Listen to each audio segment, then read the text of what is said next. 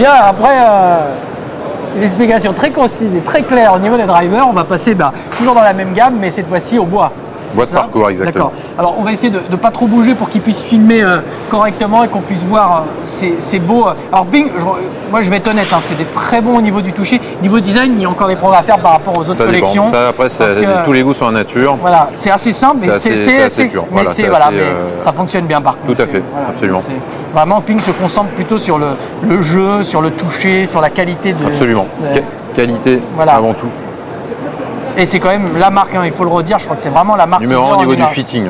Au niveau du fitting. D'accord, c'est pas la marque la plus jouée aux États-Unis. En Angleterre, on est numéro 1. D'accord. Aux États-Unis, on doit être numéro 3. Par contre, on est vraiment numéro 1 au niveau du fitting. C'est-à-dire custom fitting, club sur mesure. Oui, parce qu'explique un petit peu comment ça se passe chez Ping. En fait, chez Ping, c'est assez simple au niveau du custom fitting. On a une charte couleur où on va pouvoir justement adapter le club aux joueurs et non pas le contraire. Nous, on part du principe que c'est le club qui doit s'adapter aux joueurs et non pas le contraire. Alors, c'est-à-dire que en fait, je viens chez toi, tu analyses mon swing et tu vas adapter le club par rapport à mon swing. Tu vas pas transformer mon swing. Au niveau des fers, au niveau des bois, on a. Voilà, ici, il y a des points blancs, points noirs, c'est voilà, ça c'est pour les fers. Et au niveau des clubs, c'est pour ça qu'on a 3 types de shafts différents sur le G10 en l'occurrence.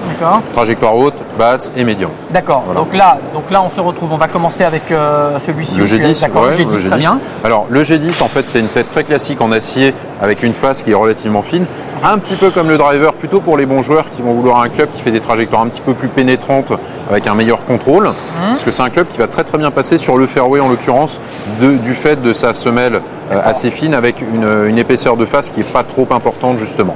D'accord. Voilà. Là par exemple, il est également, on peut avoir 3 shafts différents.